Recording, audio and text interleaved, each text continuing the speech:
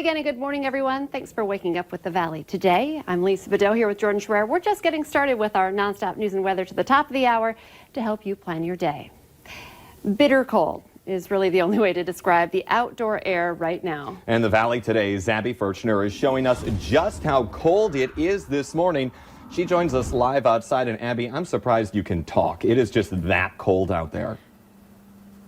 Yeah, good morning, Jordan and Lisa. It is breathtaking cold. Anytime we open the door to come outside, it definitely takes your breath away and chills you to the bone. I've only been out here for about 45 seconds and I'm already starting to shiver. I can feel it in my toes and my fingers, that coldness start to set in. So it's definitely, today is the day that you're going to want to protect yourself from frostbite with these sub-zero temperatures, and the wind chill on top of it. It is dangerous to be outdoors today. But here's how frostbite happens. It happens quickly too, so you're going to want to take that into consideration. At first, your skin becomes very cold and red, then numb, hard, and pale. It's most common on fingers, toes, nose, ears, cheeks, and chin. Mayo Clinic says you may also experience clumsiness because of joint and muscle stiffness.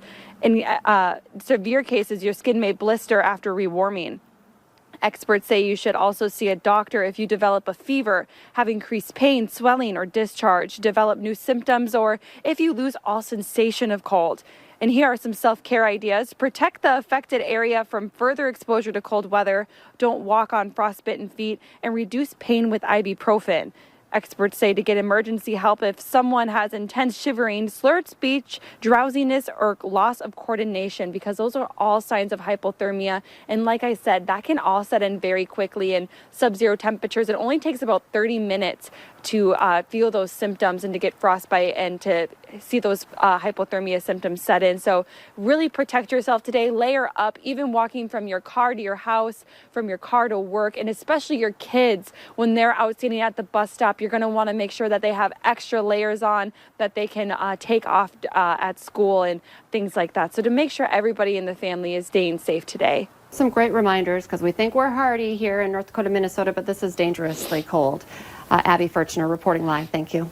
And it's the type of morning where if you're heading out to start your vehicle soon, if it's outside, your car's going to hate you. It's going to growl a little bit before you get it going. But here to talk about just how cold we are this morning is Lisa Green. And Lisa, you told us this was coming, but gosh, it hits you. Yeah, you know, you can expect it, but yeah, it doesn't really hit you until you actually feel it here today. And we are looking outside at clear skies here in Fargo. Let's talk about something positive really quick to get us through the rest of this forecast. We're starting to see that sunrise, just a hint of that sunlight on the horizon. And we're gaining about 2 minutes of daylight a day at this point in time. So we are working our way to some milder conditions and towards spring, but of course we're not feeling it right now. That clear air, dry Arctic air in place, and wind chills are brutal. We're looking at 44 below currently in Grand Forks, 36 below in Fargo, a wind chill down to 46 below in Wahpeton. That's our coldest number on the map right now, and some 40s below in other places too. A lot of us seeing wind chills into the 30s below at the moment, and this is really due to the fact that temperatures are so low. The wind isn't really that strong,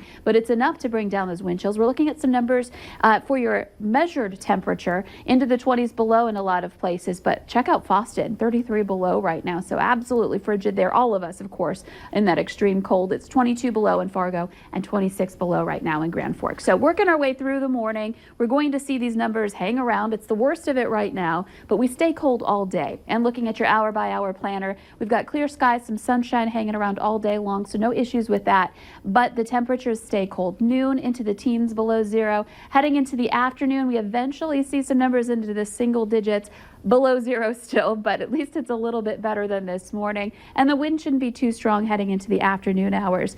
That changes into tonight. We're going to see that wind shift to a south direction or a southeasterly direction, and that will start to pick up. And this is that first sign of that storm system we've been talking about for Friday and into Saturday. We'll see the winds increase. That'll actually stop the temperature drop this evening. We'll see those numbers either hold steady or into the late night hours start to increase, but so will the winds. We're going to see those gusts getting into the 30s tonight, overnight. And we just got that fresh snow yesterday. So that's going to get picked up and blown around really easily. So even before we see that snow move in tomorrow, we'll be dealing with some blowing, drifting snow, visibility issues for the morning commute tomorrow with those stronger wind gusts into the 30s to even 40 miles per hour. Of course, that also has an impact on your wind chills too, even though our temperatures are going to be above zero. So let's move ahead into the day tomorrow. I'm going to zip through this pretty quickly until we get to the afternoon to show you that snow lifting in. This is 3 o'clock. You can see it in the south and southeast first, and then it continues into the evening hours for your Friday, accompanied with wind.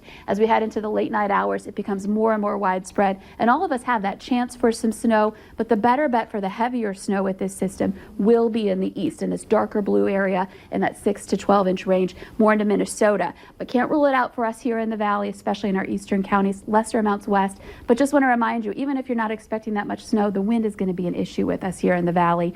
And eventually Sunday things quiet down, but we've got a cold weekend ahead. Time now for traffic. Let's check in with the Valley Today's Devin Fry for Traffic on the Move. Thank you, Lisa, and apologies in advance to everybody for the blurry picture here. We're having some technical issues with the dash cam, but overall, the traffic flow here on I-94 is starting to pick up just a little bit, and it really just started getting going around half an hour to 15 minutes ago. So overall, things have been moving fairly slowly this morning. So if you haven't made your way out the door yet, I would highly recommend doing it soon, because it's only going to be getting busier as we get closer and closer to the start of school or work. Now, as far as road conditions go, here on the interstates, they're not as snow covered as some of our side roads. Our side roads still have a lot of snow on them from what we experienced yesterday morning. It just hasn't been warm enough for any of that snowfall to melt. However, here on the interstates, a lot of that is cleared up simply because of how many people have been driving on it. However, it is still slick. There is still that layer of ice underneath that snow that has now been exposed, so things are a little bit slick. We're going to keep checking out the roadways in the next hour on the Fargo CW, but for now, for your Traffic on the Move, I'm Devin Fry. And while you're out on the road, keep your distance from snowplows. That's the lesson learned from a head-on crash in the Southern Valley, which happened while road crews were clearing a highway. The Minnesota State Patrol says one car was behind a snowplow on Highway 75 in Wilkin County yesterday afternoon when blowing snow caused a whiteout. Troopers say the driver drifted over the center line and collided head-on with another car. Luckily, no one was seriously hurt. People in a South Fargo neighborhood are breathing a little easier, they say, because there is an end in sight to what many describe as a problem property. 6 young kids called police and told them about a man they could not wake up in their home in the 3300 block of 18th Street South. It turned out Farak Shahid was dead from an overdose. Police say the kid's mother knew it, yet left her kids with the body while she went to work. Police are now searching for 32-year-old Amber Barrett, who's facing charges of child neglect and failure to report a death. A fun weekend on the ski slopes has turned tragic for a Minnesota family. A 7th grade boy from Hastings has now died from injuries sustained in a serious skiing accident at the Welch Village ski area. 12-year-old Tegan Johnson was found unconscious on a closed trail Sunday, although it's still unclear how that accident happened. We have new information this morning on the man accused of shooting a police officer in Waseca, Minnesota. Search warrants filed this week allege the suspect talked with his mom about a desire to die at the hands of police. A warrant affidavit says investigators with the State Bureau of Criminal Apprehension interviewed Tyler Janowski's mother, who told them that within the previous 2 weeks, Tyler had discussed his intent to commit suicide by cop. The court documents also say police found several cartridge cases, a magazine, bullets, a firearm, 2 knives, and a taser in or near the driveway where Janowski encountered police officers. 32-year-old Waseca police officer Eric Matson was shot and wounded during that encounter with Janowski on January 6th. He was shot in the head. He is still in critical condition, but he is also showing signs of recovery. 3 people from Chicago are in the Becker County Jail after police say they were caught selling large amounts of heroin in Becker and Monoman counties. David and Vincent Werner and Pamela Hilliard Sykes are charged with sale and possession of a controlled substance. They were busted a week ago after State Patrol traffic stop in Detroit Lakes. Police say they found heroin, cocaine, and more than $6,000 cash in the vehicle. Let's get the answer now to our question of the morning on Facebook. That question, 17% of us have one of these at work, but not at home. The answer? A candy dish, and your colleagues appreciate it. Okay, bundle up. Take this weather seriously today, right? Yeah, we know it's cold and we think that we are hardy here. We can handle a lot of those cold conditions, but still it's dangerous for anybody, whether you're used to it or not. We've got wind chills down into the 30s, even 40s below for some of us here this morning, 45 below currently in Langdon. Temperatures themselves, 20s below, even 33 below in Foston. So again, bundle up today. The Today Show and CBS This Morning are just about to start, but remember the Valley Today rolls on. You can join us right now for more live up-to-the-minute news and weather on the Fargo CW.